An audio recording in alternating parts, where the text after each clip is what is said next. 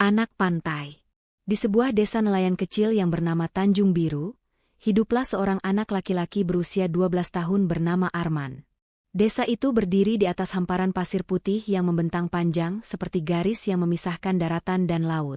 Di sepanjang pantai, perahu-perahu kayu tua berjejer rapi, sebagian tertambat dengan tali usang yang sudah mulai keropos. Setiap ombak datang menyapu pantai, suara gemuruhnya seperti nyanyian alam yang menemani kehidupan warga desa setiap harinya. Rumah Arman sangat sederhana, berdinding papan dan beratap rumbia, dengan lantai yang terasa dingin ketika malam datang. Namun di sanalah tawa, kehangatan, dan cinta selalu mengalir dari keluarga kecilnya. Ayahnya, Pak Hasan, adalah seorang nelayan ulet yang sudah mengenal laut sejak kecil. Terbakar matahari dan tertampar angin laut setiap hari membuat kulitnya kecoklatan dan bersisik, tapi sorot matanya selalu tegas dan penuh semangat hidup. Setiap pagi, bahkan sebelum cahaya matahari menyingsing di ufuk timur, saat bintang-bintang masih menggantung di langit dan udara masih menusuk kulit dengan hawa dingin laut, Arman sudah terbangun. Ia mengucek matanya, lalu dengan sigap berlari kecil ke tepi pantai untuk membantu ayahnya menyiapkan segala perlengkapan. Perahu mereka bernama Mata Ombak, nama yang diberikan oleh kakek Arman dulu, dengan harapan perahu itu selalu dapat membaca gerak laut dan membawa pulang rezeki. Bantu ayah pasang jaringnya, Men, pinta Pak Hasan setiap pagi. Siap, Yah, jawab Arman dengan senyum yang selalu mengembang.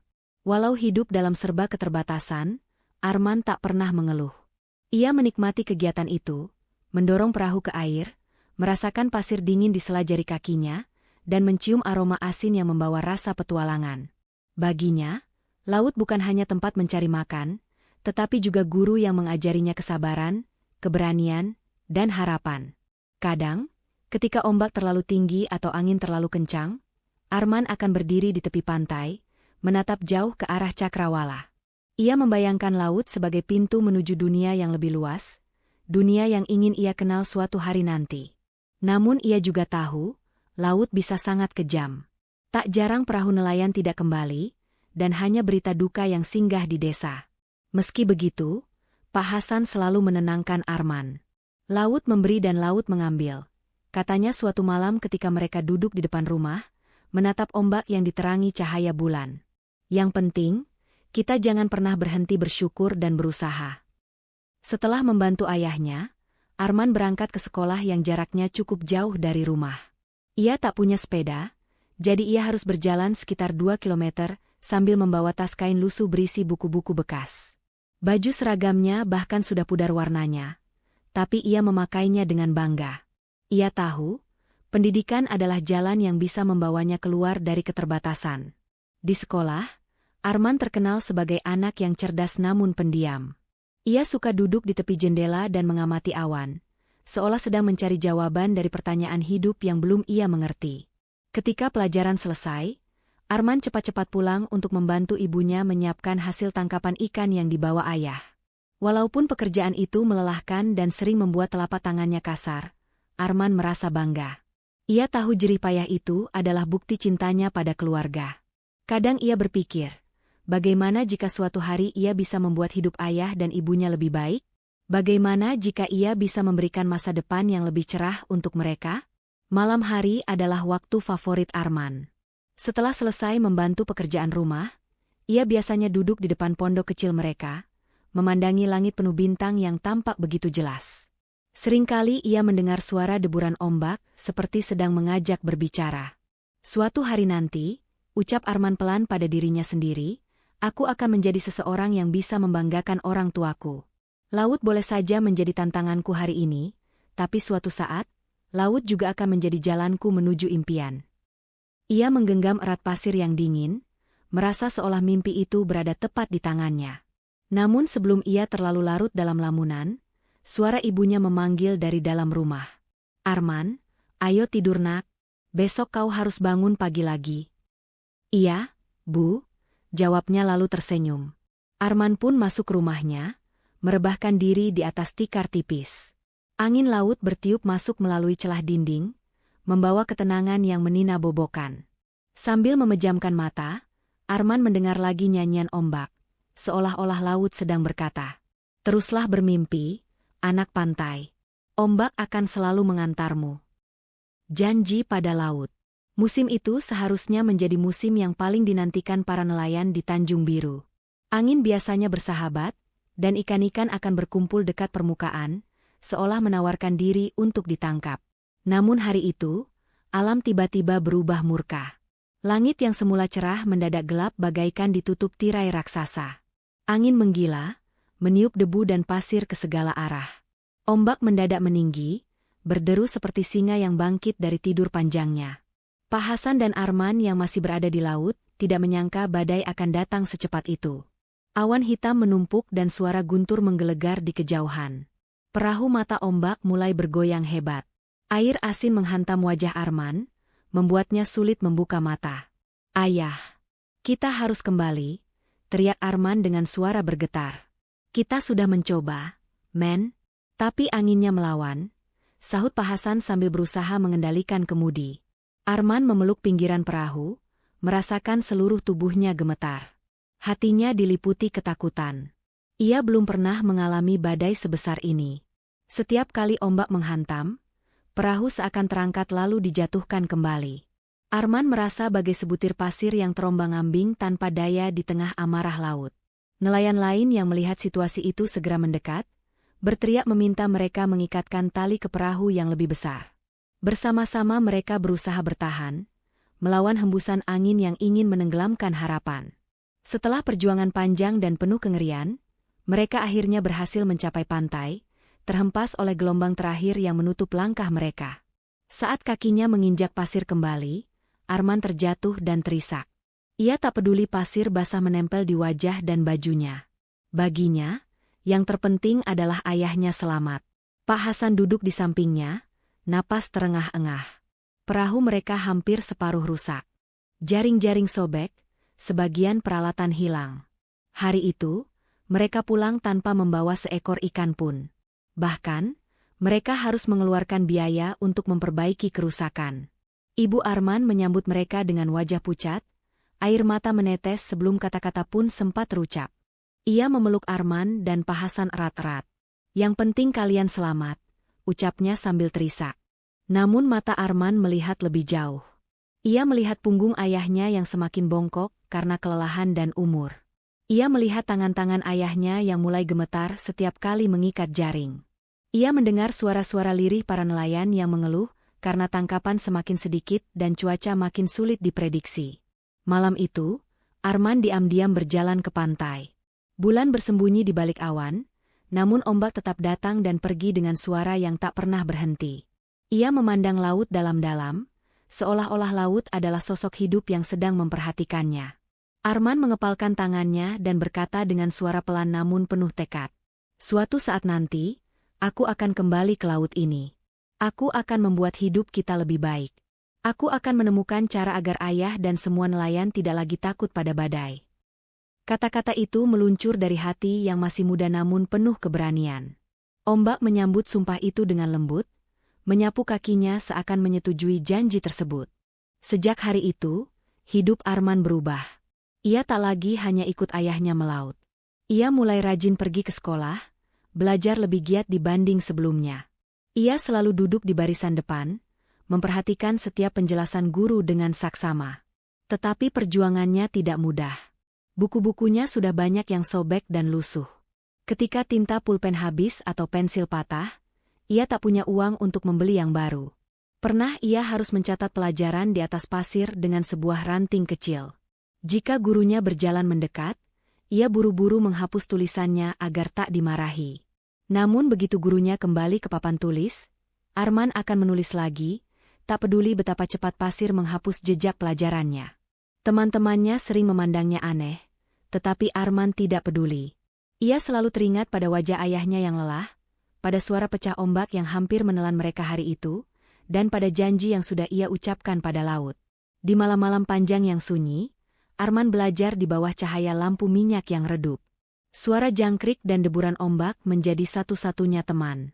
Kadang ia mengantuk dan tertidur di atas buku. Ibunya akan datang menyelimuti dengan lembut sambil tersenyum bangga. "Teruslah belajar, nak. Mimpimu akan menuntunmu," bisiknya.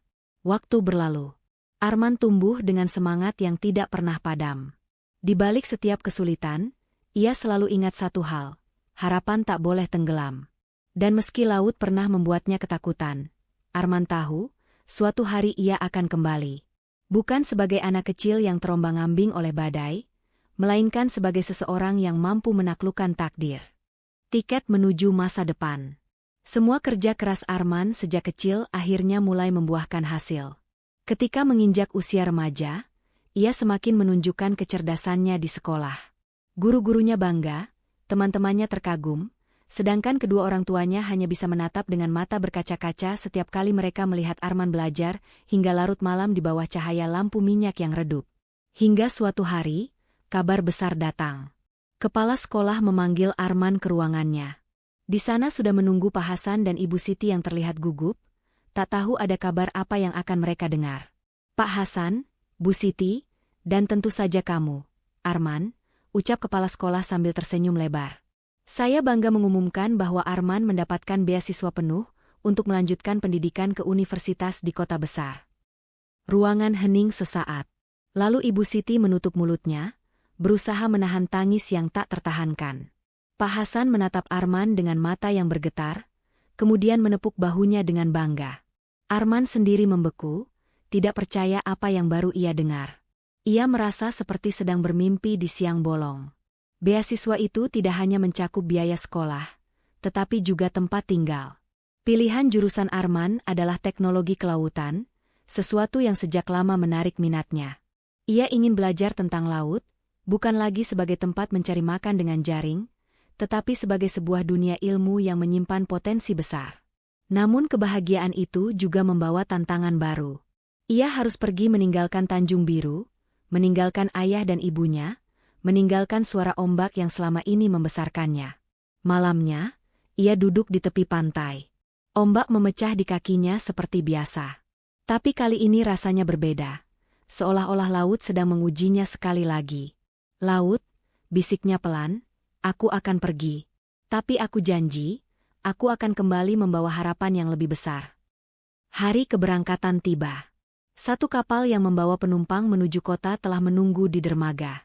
Seluruh warga desa menepuk punggung Arman dan memberinya pesan-pesan nasihat.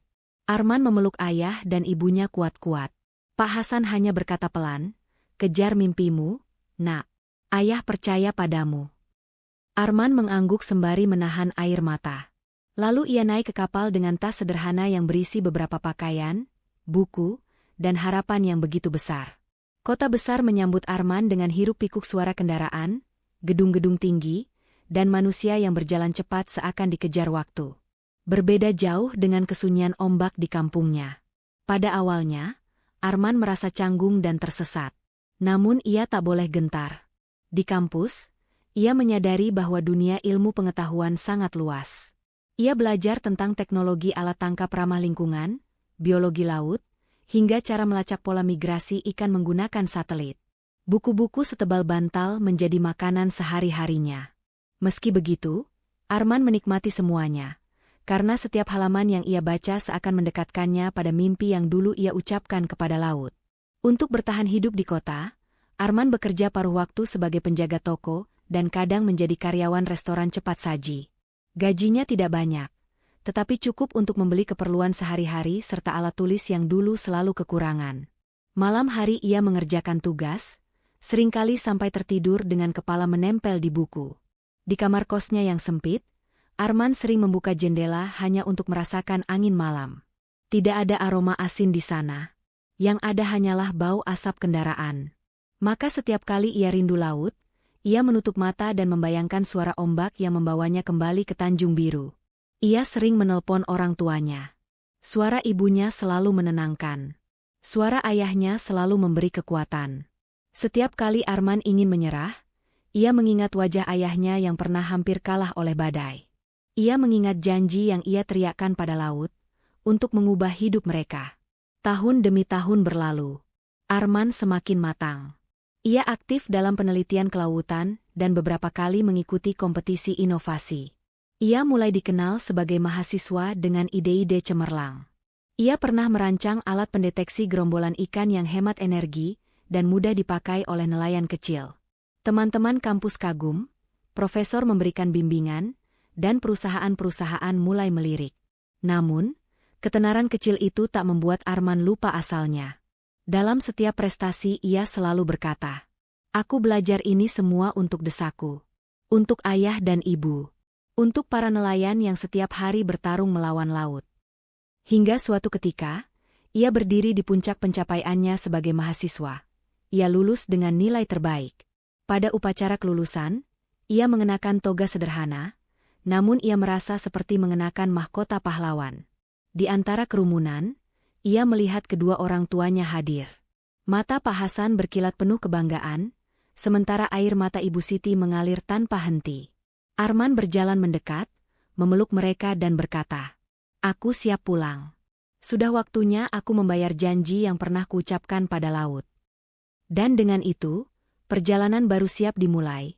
Perjalanan untuk mengubah takdir Tanjung Biru. Kembali membawa harapan. Hari itu akhirnya tiba.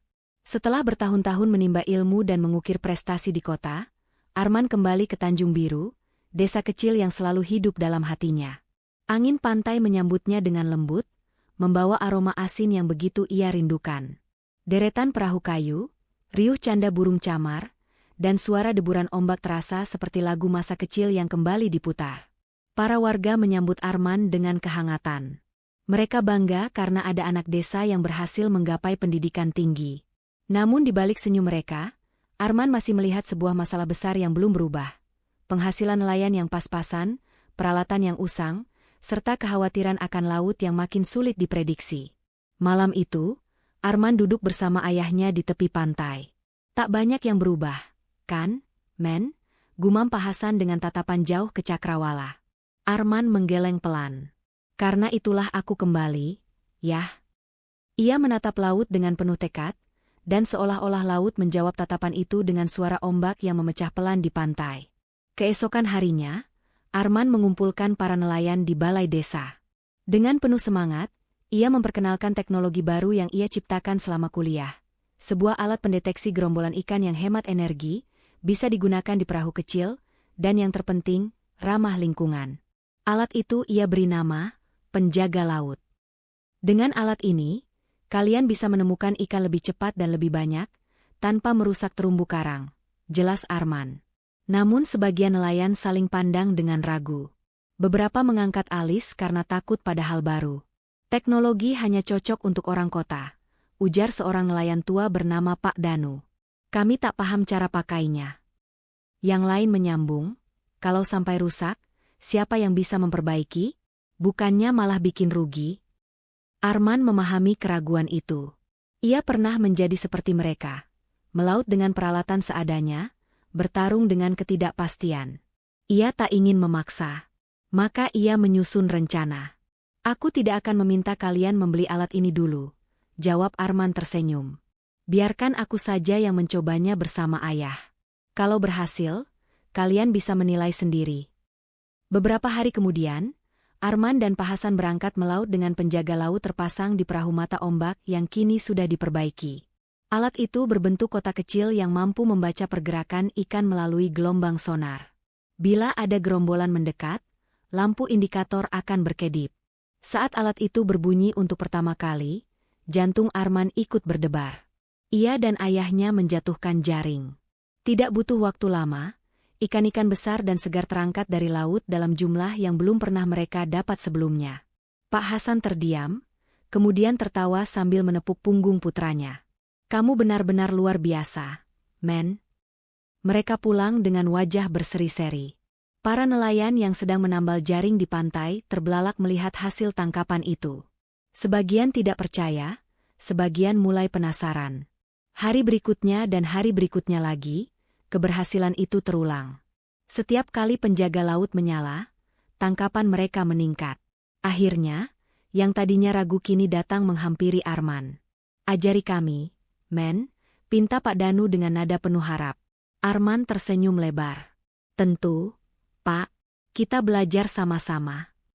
Ia membuka pelatihan gratis bagi seluruh nelayan dan juga para pemuda desa.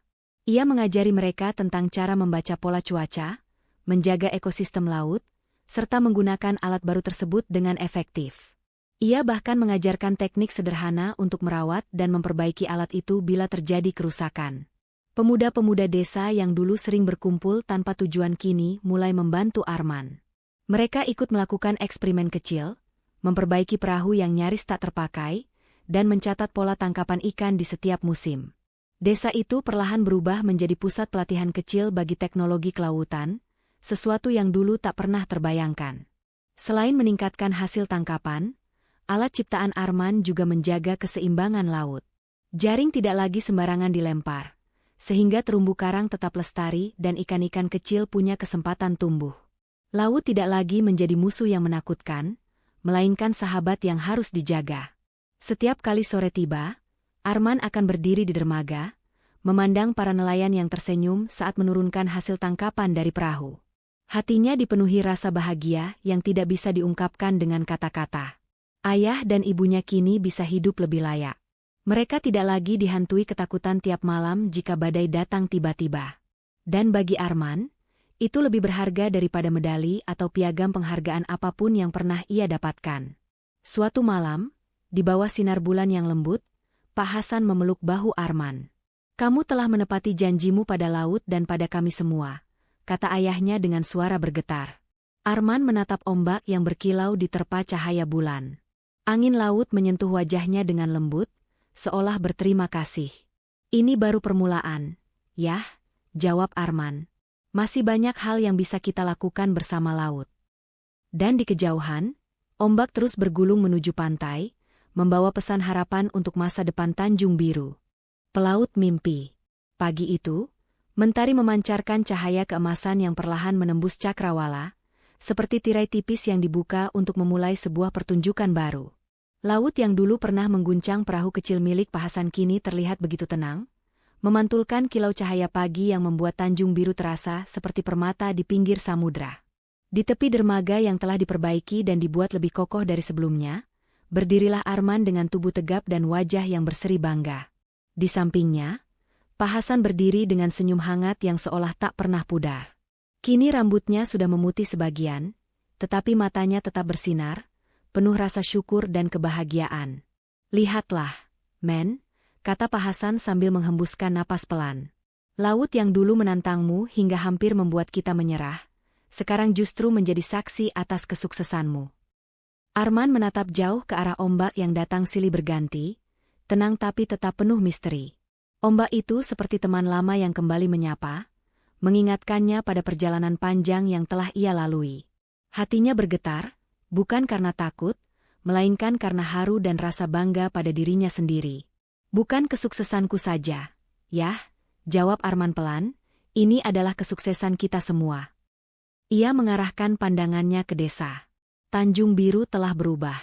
Deretan perahu tak lagi tampak tua dan rapuh, melainkan kuat, rapi, dan dilengkapi teknologi yang lebih modern. Dermaga yang dahulu sekadar papan kayu sederhana, kini menjadi pusat aktivitas desa. Gudang pendingin ikan dibangun sehingga hasil tangkapan tidak mudah membusuk.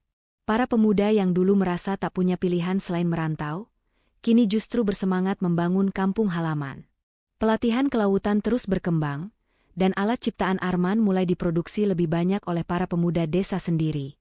Kini, Tanjung Biru dikenal bukan hanya sebagai desa nelayan biasa, tetapi sebagai desa percontohan teknologi kelautan. Banyak nelayan dari berbagai daerah datang untuk belajar, mencari inspirasi, dan membawa perubahan ke tempat mereka masing-masing. Laut yang dulu hanya dianggap sumber rezeki, kini menjadi sahabat bagi perkembangan ilmu dan teknologi. Sore hari tidak lagi diisi keluh kesah para nelayan yang pulang dengan tangan hampa. Sebaliknya, tawa mereka menggema di sepanjang pantai. Anak-anak kecil bermain sambil berlarian di atas pasir putih, sesekali melambai pada perahu yang baru tiba dengan tangkapan ikan yang melimpah. Para ibu tersenyum bahagia, menyambut suami dan putra mereka dengan hati yang tenang. Arman menghirup napas dalam-dalam. Aroma asin laut yang dulu menjadi penawar lelah kini menjadi simbol kemenangan. Ia mengingat masa kecilnya, bangun sebelum fajar, mendorong perahu ayahnya ke laut, mencatat pelajaran di pasir karena tak punya buku, dan berdiri sendiri di tepi pantai sambil berjanji pada ombak bahwa suatu hari ia akan kembali membawa perubahan. Janji itu telah ia tepati. Pak Hasan memegang bahu putranya lebih erat. Kau telah membuktikan, Men, bahwa mimpi tidak harus besar di awal. Yang penting adalah keberanian untuk memulai. Arman menatap ayahnya, senyumnya mengembang penuh hangat. Semua dimulai dari keberanian seorang anak nelayan yang percaya bahwa laut bukan hanya tempat bekerja, tetapi tempat belajar. Ia menunduk memandangi pasir yang dulu sering ia jadikan kertas saat kekurangan buku. Setiap butirnya menyimpan kenangan, dari perjuangan kecil hingga keberhasilan besar. Kini, ia ingin lebih banyak anak di desanya bisa menulis mimpi mereka bukan di pasir yang mudah hilang tersapu ombak, melainkan di buku-buku yang akan menjadi saksi masa depan mereka. Impian itu seperti ombak, lanjut Arman sambil menatap horizon. Tak peduli berapa kali datang dan pergi, suatu saat ia akan mendorong perahu kita lebih jauh ke tengah lautan kehidupan. Suara tepukan tangan terdengar dari belakang. Para warga desa berdatangan, membawa spanduk sederhana bertuliskan, "Terima kasih, Arman, pelaut mimpi Tanjung Biru." Sorak-sorai memenuhi pantai.